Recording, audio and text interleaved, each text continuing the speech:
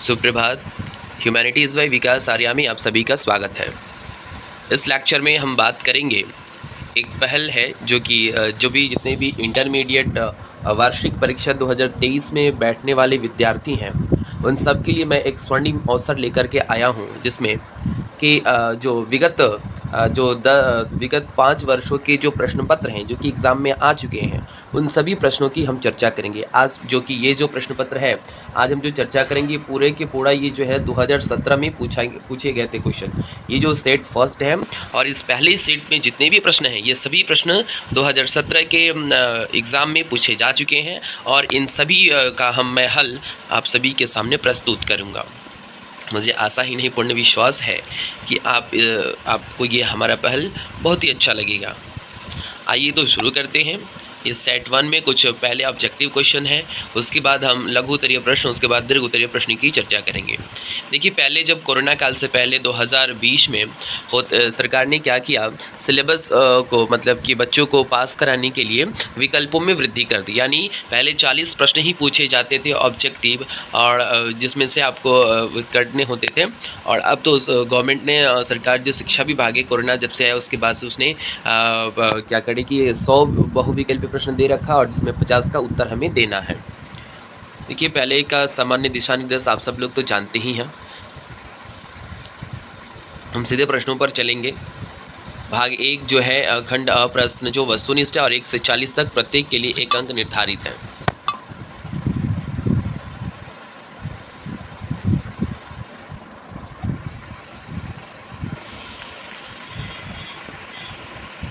आइए अब हम प्रश्न पर चलते हैं। सबसे पहला जो हमारा भाग है ऑब्जेक्टिव क्वेश्चन, उसको हम करेंगे। पहला है कि सिंधु सभ्यता का कौन सा स्थल मृतकों का टीला कहलाता है। तो जो सिंधु सभ्यता का जो शहर है और मृतकों का टीला के नाम से जो प्रसिद्ध है, वो है हमारा मोहनजोदड़ो। ठीक है। अगला क्वेश्चन है 2 नंबर कि भारतीय पुरातत्व का पिता किसे कहते हैं। तो भारतीय जो पुरातत्व के पिता कहे जाते हैं कनिंघम। ठीक है ना, ये ब्रिटिश अधिकारी था जिसको हम लोगों ने इसको मान रखा है कि भारतीय पुरातत्व विभाग के ये पहले सर्वेक्षण जनरल भी थे और इनको ही पुरातत्व का जनक माना जाता है भारत में। सिंधुवासी निम्न धातु उपयोग, तीसरा जो क्वेश्चन है, सिंधुवासी निम्न धातु उपयोग नहीं करते थे। कौन से धातु भाई? तो सिंधुवासी जो है वो लोहा का प्रयोग नहीं उनको ज्ञान था, लोहे के प्रयोग का उनको ज्ञान नहीं था। तो आइए इन तीनों का आंसर एक बार पुनः देखते हैं। पहले का हो जाएगा मोहनजोदड़ो, और दूसरे का हमारा होगा कनिंघम, और तीसरा हो जाएगा हमारा लोहा। आइए अब अगले क्वेश्चंस की तरफ बढ़ते हैं। चौथा क्वेश्चन है कि सिंधु सभ्यता में नर्तकों की मूर्ति कहाँ से मिली है। जो कि सिंधु सभ्यता में की खुदाई के दौरान एक नर्तक महिला की मूर्ति मिली, वो कहाँ से? तो वो मिली है भाई मोहनजोदड़ो से। किसने भारत में सर्वप्रथम स्वर्ण सिक्के जारी की? किस शासक ने, किसने? तो इसका आंसर हो जाएगा हिंदू यूनानियों ने क्या किया, भारत में सबसे पहले सोने के सिक्के चलवाए थे। शक समोध का आरंभ किसने किया? छठा नंबर क्वेश्चन है कि शक समोध का आरंभ किसने किया? तो कनिष्क ने किया था। किसने, अगला क्वेश्चन है, किसने भूमि अनुदान की प्रथा आरंभ की? तो सातवाहन शासकों ने क्या किया कि मगध के ये शासक थे, इसने भूमि अनुदान देने की प्रथा को आरंभ किया। अगला क्वेश्चन है कि मनुस्मृति का जो रचना काल है वो कब से कब तक रहा। तो मनुस्मृति का जो रचना काल रहा है ये 200 ईसा पूर्व से 200 ईस्वी तक रहा है। अगला क्वेश्चन है 9 नंबर कि मृच्छकटिकम की रचना किसने की थी। तो मृच्छकटिकम की रचना शूद्रक ने की थी। चैत्य क्या है? तो चैत्य एक पूजा स्थल है, पूजा स्थल को इंगित करता है। 12 अंग संबंधित किससे हैं? बौद्ध धर्म, जैन धर्म, ब्राह्मण धर्म की किसी से नहीं। तो इसका आंसर हो जाए कि जैन धर्म से।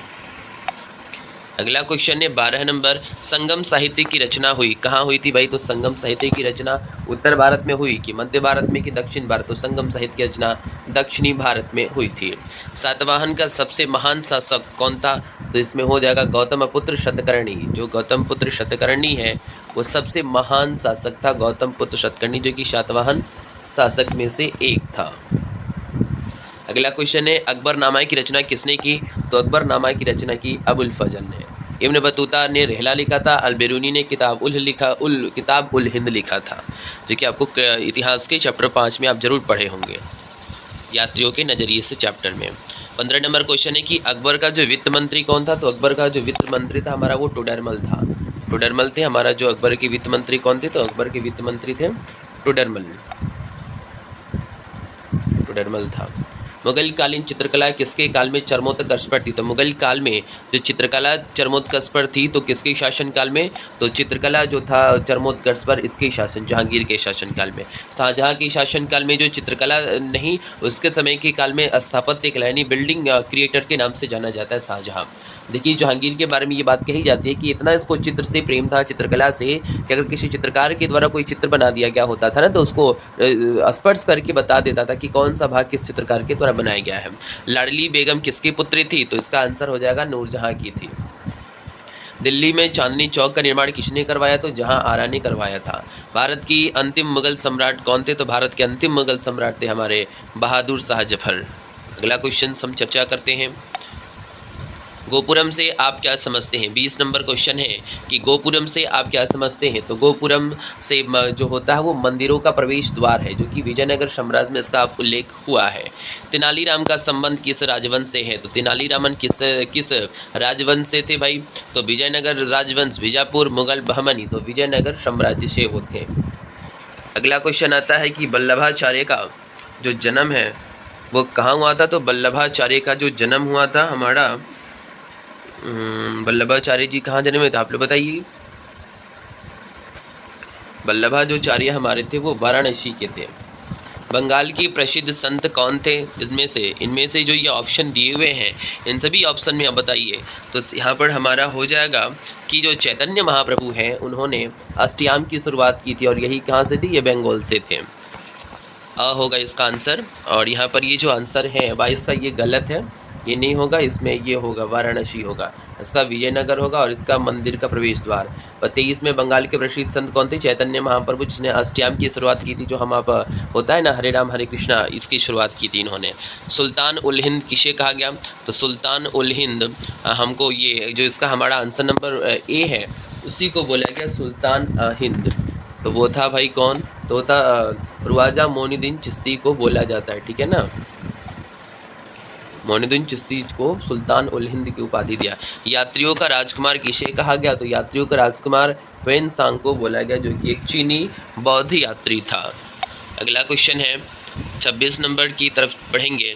कैप्टन हॉकिंस किस मुगल शासक के दरबार में आया था? तो जो कैप्टन हॉकिंस था वो जहांगीर के शासनकाल में भारत में आया था। यहाँ पर जोतदार प्रथा, ये 27 नंबर क्वेश्चन कह रहा है कि जोतदार प्रायः कहाँ रहते थे? जो जोतदार है वो कहाँ रहते थे? वो प्रायः गांव में रहा करते थे। स्थायी बंदोबस्त में भूमि का स्वामी किसे माना जाता? तो जमींदार ही क्या होते थे? स्थायी बंदोबस्त की जो स्थायी बंदोबस्त की शुरुआत लॉर्ड कॉर्नवालिस के द्वारा की गई थी और इसमें जमींदार ही क्या होते थे? खेत के मालिक होते थे। अवध के साथ वेलेजनी ने सहायक संधि कब किया? तो अवध के साथ उसने सन 1801 में उसने ये काम करी थी। 1801 में जो ये आंसर होगा से 1857 का सिपाही विद्रोह कहाँ से शुरू हुआ था? तो 1857 का जो सिपाही विद्रोह हुआ था वो मेरठ से हुआ था। अगला क्वेश्चन है 1857 में बिहार में विद्रोहियों का नेतृत्व किसने कर रहा था? तो बाबू वीर कुंवर सिंह जी ने बिहार में उनका दमन कर रहे थे। प्लासी किस राज्य में स्थित है? तो प्लासी पश्चिम बंगाल में स्थित है। यहीं पर प्लासी की हुआ था सन 1757 ईस्वी में रॉबर्ट क्लाइव और सिराजुद्दौला के बीच। ईस्ट इंडिया कंपनी द्वारा कलकत्ता में सर्वोच्च न्यायालय की स्थापना कब की गई? तो सन 1773 में रेगुलेटिंग एक्ट के द्वारा इसकी स्थापना की गई थी। भारत की राजधानी कलकत्ता से दिल्ली कब स्थानांतरित की गई? तो भारत की राजधानी सन 1911 में कलकत्ता से दिल्ली स्थापित की गई थी। 34 नंबर क्वेश्चन है कि पूछ रहा है कि यहाँ पर भारत की जो राजधानी कलकत्ता से कब शिफ्ट की गई? दिल्ली।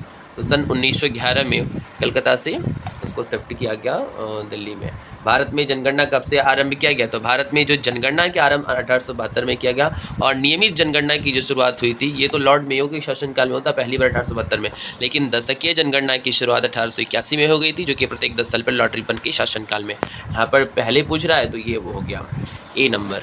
बंगाल विभाजन की वायसराय ने किया था? तो लॉर्ड कर्जन ने करा था सन 1905 में। बंगाल विभाजन इसी के नेतृत्व में किया गया। बंगाल को 2 भागों में बांट दिया, पश्चिम बंगाल और पूर्वी बंगाल।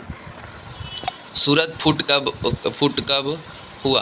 तो सूरत फुट मतलब आप समझ रहे हैं 37 का ये जो क्वेश्चन है इसमें क्या हुआ था ना कि कांग्रेस का सूरत अधिवेशन हो रहा था और इसी में कांग्रेस ने 2 दलों में विभक्त हो गया। पहला दल था जो ये सूरत का जो ये अधिवेशन हुआ ये 1907 में हुआ था और इसी में क्या हुआ कि हमारा जो कांग्रेस है कांग्रेस दो भाग में बट गया। जो कांग्रेस थी, कांग्रेस जो पार्टी है ना, वो दो भाग में, पहला नरम दल में और दूसरा गरम दल में, ठीक है ना।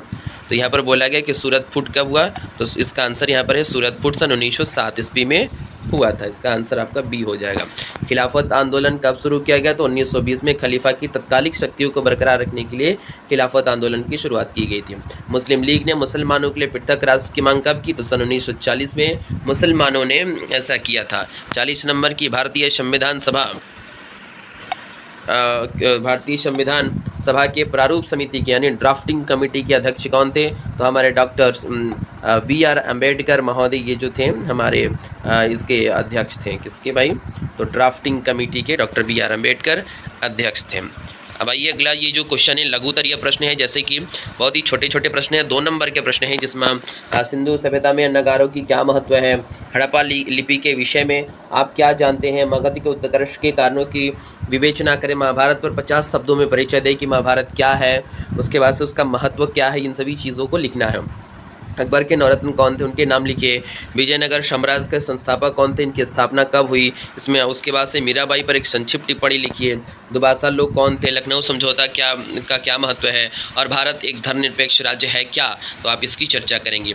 जिन लोगों को ये प्रश्न अगर आ रहा है तो आप हमको ज़रूर करके दिखाइए, और अगर आपको नहीं आ रहा है तो after uploading this video I will make a short video on this questions. अगर आप लोगों से नहीं बन पा रहा है तो मैं आप लोगों के लिए एक शॉर्ट वीडियो बनाऊंगा जो कि पूर्णतः लघु उत्तरीय प्रश्न के लिए ही होगा। और यहाँ पर हमारा दीर्घ उत्तरीय प्रश्न है, जैसे कि 4 है जो कि 5-5 नंबर के हैं। गौतम बुद्ध के जीवन एवं शिक्षकों का वर्णन करें, अशोक की जो उपलब्धियाँ हैं उसका मूल्यांकन करें, आहन अकबरी अपने काल का आईना है व्याख्या करना है, भक्ति और सूफी आंदोलन एक दूसरे के पूरक थे कैसे व्याख्या कीजिए। तो ये जो लघु उत्तरीय और दीर्घ उत्तरीय प्रश्न है उसको मैं अगली वीडियो में अपलोड कर दूंगा। तब तक के लिए आप सभी लोग इस ऑब्जेक्टिव क्वेश्चंस का लाभ उठाइए और इसको जरूर याद करिए, क्योंकि ये जब आप अगले आगामी बोर्ड परीक्षाओं के एग्जाम में बैठेंगे ना, तो जो पीछे के जितने सारे प्रश्न पत्र हैं उन सभी से ही प्रश्न आते हैं। Maximum 60 to 80% questions previous year यानी पिछले वर्ष के प्रश्न पत्र से ही होते हैं। चलिए आप सभी विद्यार्थियों से एक बार पुनः आग्रह करता हूं कि इस चीज़ को आप एक कॉपी में नोट डाउन करते ही जाएंगे, और जब आपका सेंटअप एग्जामिनेशन और बोर्ड एग्जामिनेशन आएगा उस समय आप इसको पुनरावृत्ति यानी रिवीजन करते रहिएगा। धन्यवाद। तो हमारे चैनल को सब्सक्राइब करिए, लाइक करिए, कमेंट करिए, शेयर भी करिए, ताकि मुझे ज़्यादा से ज़्यादा प्रेरणा मिलती रहे। धन्यवाद।